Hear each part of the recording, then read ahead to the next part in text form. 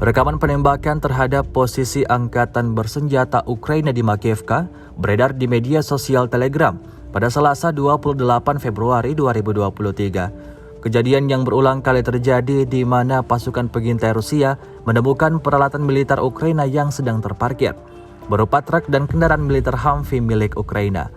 Tanpa buang-buang waktu, serangan artileri langsung diluncurkan. Alhasil, kedua kendaraan militer angkatan bersenjata Ukraina tersebut hancur total, seperti yang terlihat dalam rekaman.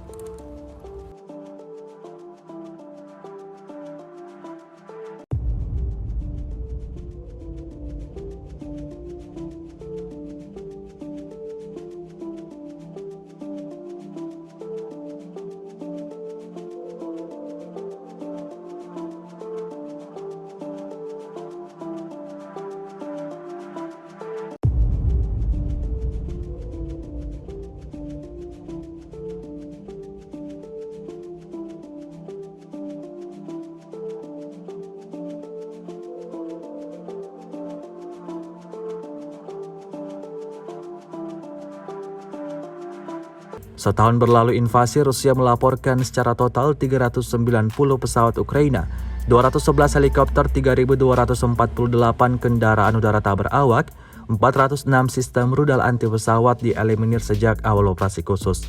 Sedangkan dari kubu Kiev, Kementerian Pertahanan Ukraina melaporkan 560 tentara Rusia dieliminir dalam sehari terakhir.